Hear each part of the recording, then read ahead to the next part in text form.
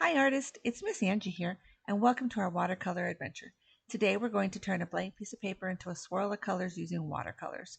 Grab your paintbrush, a cup of water, and your brightest smile, because it's time to create together. Remember, art is life. Let's get started. So for today's watercolor, we are going to create a cute little bird from the new Smurfs movie. Okay, are you ready?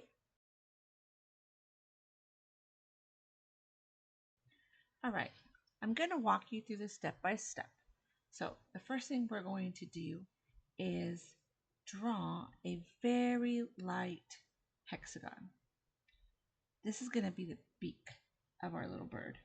So I'm going to start here kind of towards the center, just a little bit above the halfway point of my paper, and draw the flat top of our hexagon. Remember, a hexagon is a six-sided figure. For one side, I'm going to draw it as a little bit of a curve coming out. Then I'm going to come to the right side, draw it a little bit of a curve coming out. Then I'm going to draw a line down the center.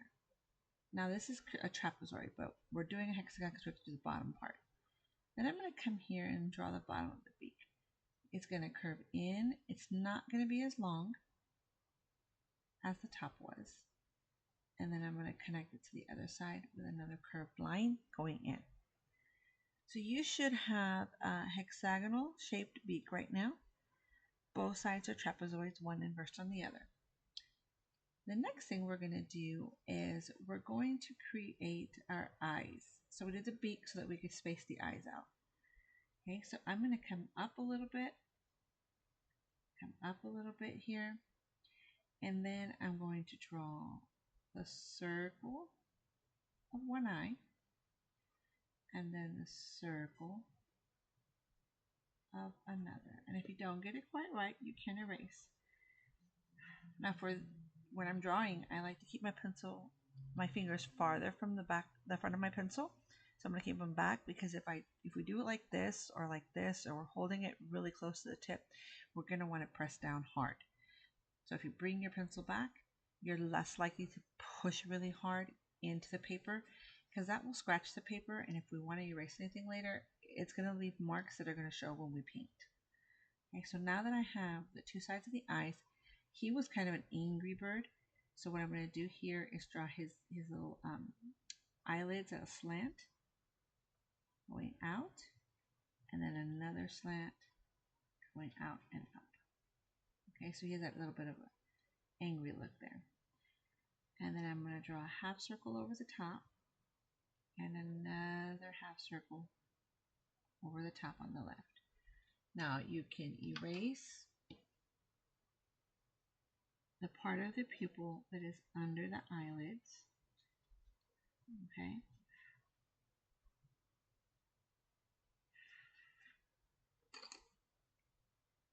And then we're going to give him his eyebrows. So he has, again, angry eyebrows. So we're going to curve over the top of the eyelid here, and we're going to flare it out.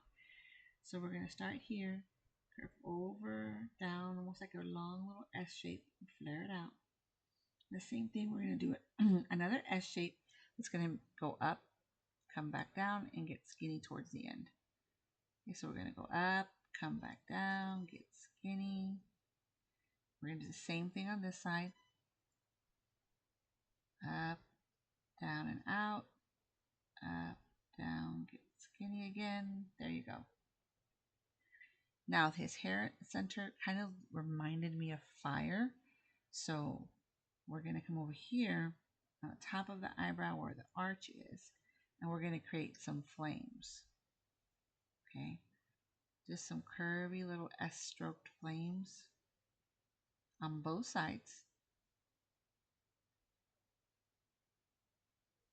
When we get towards the top, of course we want one sticking out a little bit further and further that way. Okay. Now if they're not perfect, that's okay. You notice here that I'm erasing a little bit some of the mistakes that I made, because mistakes happen, which is why we keep our pencil again further back hand and we don't push so hard. Okay, so now he has this nice, feathery top going on. Down here under the eyebrow, we're going to kind of create a ball going all the way around. So I'm just really lightly sketching kind of what that ball is going to look like. And then we're going to draw his little feathers coming out a little bit more. So you can just kind of come through here, draw some feathers. They don't have to be that perfect, mostly because they're going to be painted on, So I'm drawing out and down on the right, and I'm going to draw out and down on the left as well. Okay, and I'm going to make some small and some big so that they're a little different. There. Okay, once you have that, you can go in and very lightly just kind of erase that little line that's there. If it doesn't all come off, it's okay. When he gets his color, it won't show as much. And having a little bit of pencil line is kind of like the charm of watercolor. You can see what the artist was thinking when they were drawing. So if you did a little too dark, it's okay. It's okay. All right. Here's his eyeballs. I forgot the inside. His irises over here. So we're going to draw 1, 2. Those are going to be black, but I'll wait for the watercolor for that. Okay. Now, over here, we're going to draw his arms. So we're going to come out and then go back in, draw a curve, flat up a little bit, and flat down. Okay. For his hand and his thumb, we're going to start maybe about 1/3 of the way down, 2/3 of the way down here. Go this way, up, back towards the center, a little bit curves in there. Now, of course, that's a little too geometric, but he kind of has that look with his little hands, so we're going to do that.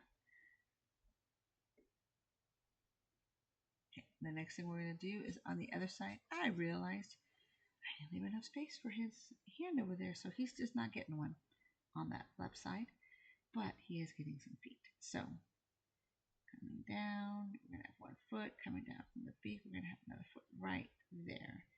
So we're going to do a curve here,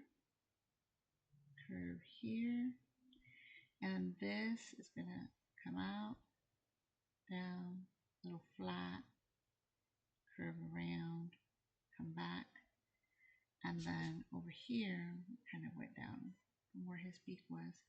He's kind of walking, so we're going to do it at an angle, come out, down. Now his foot should be more or less even there. Okay, come out, triangle it up a bit.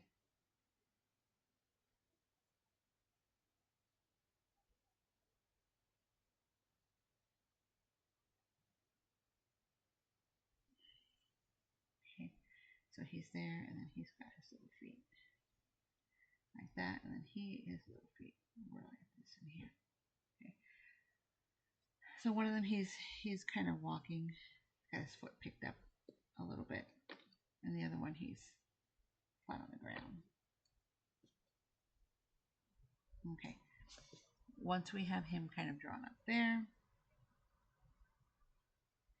make my little squigglies there, we can start painting. Now, if you were looking at my other tutorials, I picked up this cute little easel watercolor at my local Dollar Tree. It has a lot of different colors on it that are perfect for watercolor painting. And then they had this little 2-pack of these water pens that I also really liked because it kept water in it.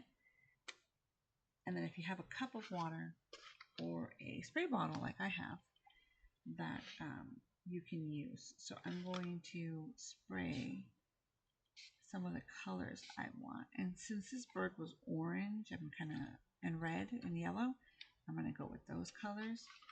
A little bit of brown for the beak, and maybe some black if I need it.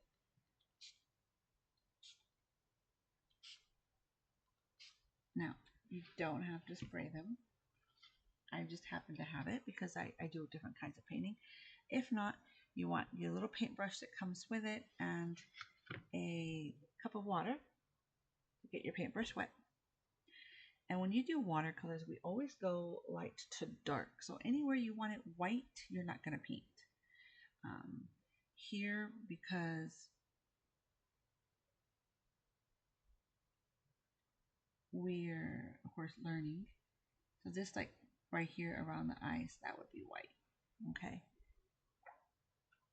And then yellow.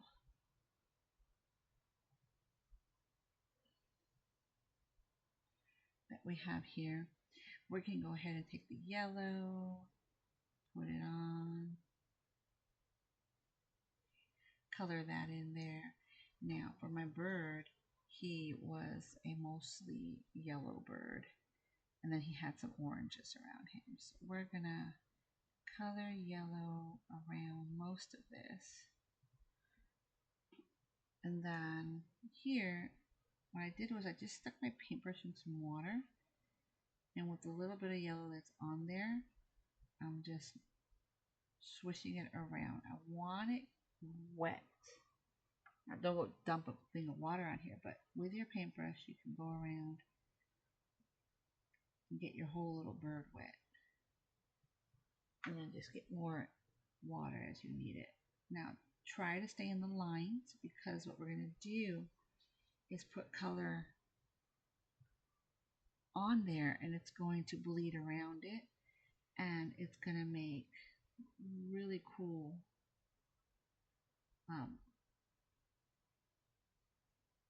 little striations and designs in there that's going to look really pretty because it's on wet paper.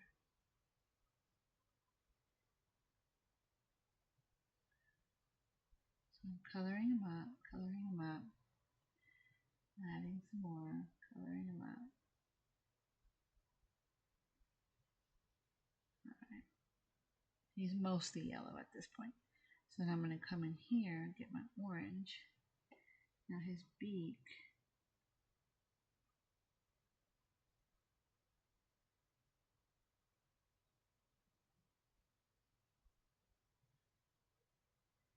Now I'm coloring just kind of like the edges of it and leaving that front part a little light on there.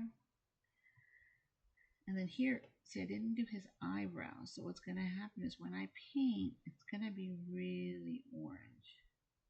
And it's only going to paint, well, of course, I put the paintbrush, right? If it was wet, it would start to spread out and make what we call a bloom. Because it's not wet, we don't have to worry about that. So I'm going to come over here into my red. And I'm going to start putting some edges in red. Now, if it seems to be drawing and almost looking like a marker, your paper might need to be a little bit more wet. If you're using regular paper, try not to get it too wet because your paper will tear. And you don't want to create a pretty painting and then have your paper be torn. So here I just went and got water, and now I'm kind of just smoothing it out. Okay, and what that's going to do is it's going to drag the paint around. I can soften it up. See how it's softening it here?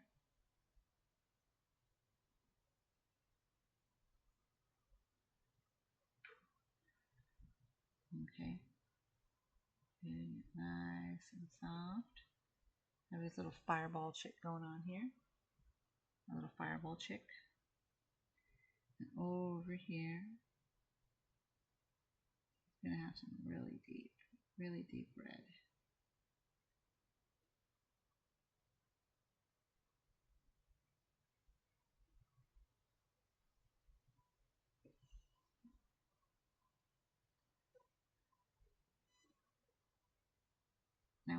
cooling your paint and you're getting it off of these little cakes here, you don't need a lot. So don't smash it in. If you're going to smash it in there, you're just going to waste a lot of your paint. And you don't really need to do that. Okay. Now, I'm going to clean really well because I should have put some yellow and I didn't. So if you're going to go back to a lighter color, make sure you clean it really well before you stick the paintbrush back into a lighter color. Because you can always go back to a lighter color if you still have white. You have to make sure your paintbrush is clean. Because you see how the red is now mixing into the yellow when I swish it through? If you were to keep your paintbrush dirty, it would get the yellow all dirty. It would turn it orange, right? And so that wouldn't look so great after a while, and it wouldn't let you create pretty sunny yellow objects later. Okay, I'm going to come through here.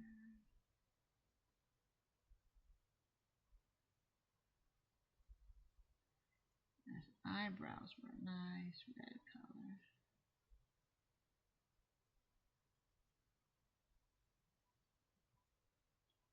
Okay, now if I want to darken the red, a lot of times people would be like, oh, I'm going to put black in it. No. And the reason why I say no is because black, you can't take the color off. If you're going to use the black that way, it's going to stay. You can't paint over it in watercolor. Okay? So when you're going to do that, you have to be really firm in your choice of like, this is definitely going to be black and I'm not changing it anymore.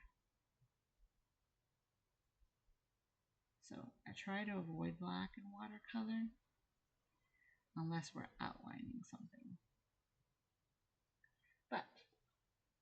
But depending on how you want to paint, when you want to make something darker or duller, you go to the opposite color on a color wheel. This is a color wheel, okay? It's a pocket color wheel. So if I wanted to do something and tone it down, I would go into my green. And I would mix red with green to make it darker. Or if I don't want to get it kind of muddy, because that's what's going to happen when you mix opposite colors, what they call complementary colors, they get muddy, they get brown. Okay, so if you ever want to make a brown and you don't have it, find two opposite colors and put them together and you'll get a kind of brown. But if you want something to get darker without losing the color, then you would go to the range here of its different harmonious colors. So I would go to red, I would go to something in a purple or even a blue to cool it down. So depending on how you want it to look, if you want it to look brown or earthy, you would go opposite. If you want it to look cooler but still vibrant, then you would go to one of its harmonious colors or its neighbors that are next to it. Okay. So for this one, I'm going to actually go to a neighbor. So from red, I'm going to go to a violet, which I have over here. And I'm going to spray my violet. Now, I already painted red on my eyebrows. So I cleaned my paintbrush and now I'm going to the purple. And I'm going to go over it.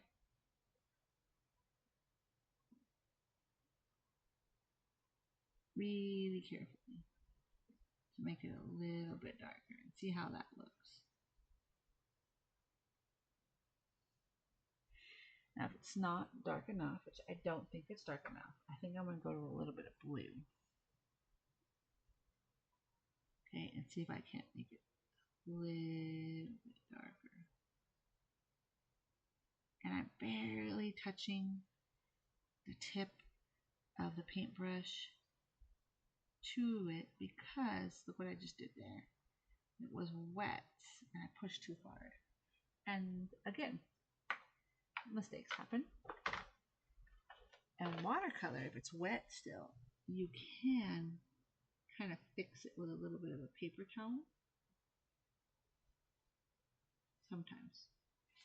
Okay, it's not going to get the whole thing off, but it'll fix it a bit. Now, if it keeps bleeding on you and you're getting frustrated because like, oh, it just keeps going everywhere, stop, let it dry, and then go back to it. Because if you keep trying to paint on it, you're not going to get anywhere. You're going to keep getting the same result if you keep doing the same thing. Okay, so I'm going to come back here to my orange. And I need to paint my arms.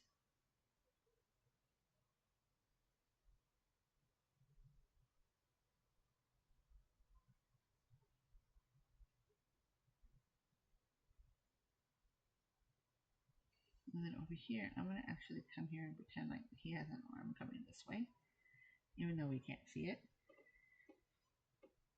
And then come down here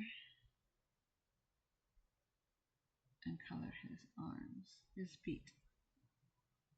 Sorry, I'm going to color his feet.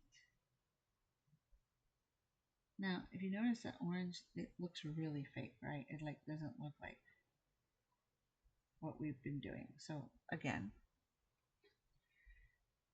the opposite of orange is blue. So I can either wait until it dries, or I can be brave enough to get some blue, but not so much water, because the more water you get, the more it's going to want to bloom or move around. Okay, and then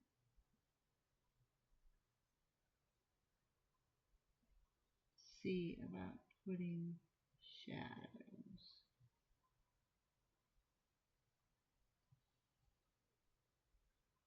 And here he has some shadow. And see how I graze it? Like now it's a gray color. You may not like it. It may not be your thing. So if you're watching me do it and you don't like it, then don't do it. Leave it alone. Okay. But I happen to like it. I see that there. Now, where am I going to use black? I'm going to use black on those irises that we drew in earlier. So I'm going to get a little bit of black. Okay. And very carefully color in his eyes. And if I didn't get enough, I'll try again. And color in his eyes. Carefully, carefully. Okay, and they don't have to be perfectly colored in, because if you leave parts of it lighter, then it looks like it's shining. But you can if you want. Now, it needs to dry. Okay, so we're gonna let it dry, and then we'll come back to it. And when you come back to it, you need to get a really skinny permanent marker. Okay, you can find them at the Dollar Tree, you can order them online on Amazon, you can go to Walmart, but it needs to be one of these really fine point pen permanent markers. And it needs to be permanent because you're using water. And if you put this on a watercolor painting and then you want to paint on it later, it's going to smear and it's going to spread everywhere and it's going to ruin your painting. And you don't want that. So let it dry. Get a permanent marker, and then you can trace the lines that you want to keep. All right, so I'll post a picture of the finished our little birdie from Smurfs later on, so that you can see what it looks like when it's done. If you liked this video, go ahead and click like and subscribe for me so that we can continue to make more videos. And I appreciate having you all today. Remember, art is life. Go out there and paint.